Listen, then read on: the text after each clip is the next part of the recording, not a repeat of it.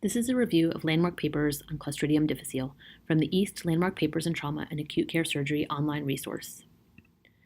In this retrospective review of patients with fulminant C. diff, the authors identify independent predictors of mortality, which include age greater than 70, severe leukocytosis, leukopenia, or bandemia, and cardiorespiratory failure.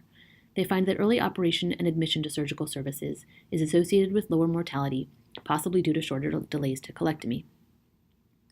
In this EAST multicenter trial, which compares total abdominal colectomy with loop ileostomy in the treatment of C. diff-associated disease, loop ileostomy had a lower mortality than total colectomy. In patients without contraindications, loop ileostomy should be considered for the surgical treatment of C. diff-associated disease. This systematic review in Annals of Internal Medicine showed that fecal microbiota transplantation leads to a high rate of symptom resolution and may be more effective than vancomycin in recurrent C. diff. This is similar to findings in a study in the New England Journal of Medicine in 2013, which also found that the infusion of donor feces was significantly more effective for the treatment of recurrent C. diff than the use of vancomycin.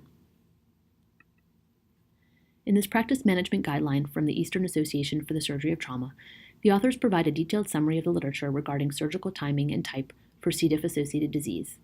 They conclude that adult patients with C. diff-associated disease should undergo early surgery before the development of shock and need for vasopressors, and they conditionally recommend total or subtotal colectomy when the diagnosis of C. diff colitis is known.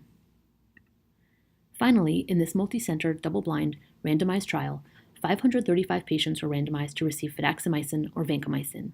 The authors find that fidaxomicin could be an alternative treatment for C. diff infection with similar efficacy and safety to vancomycin.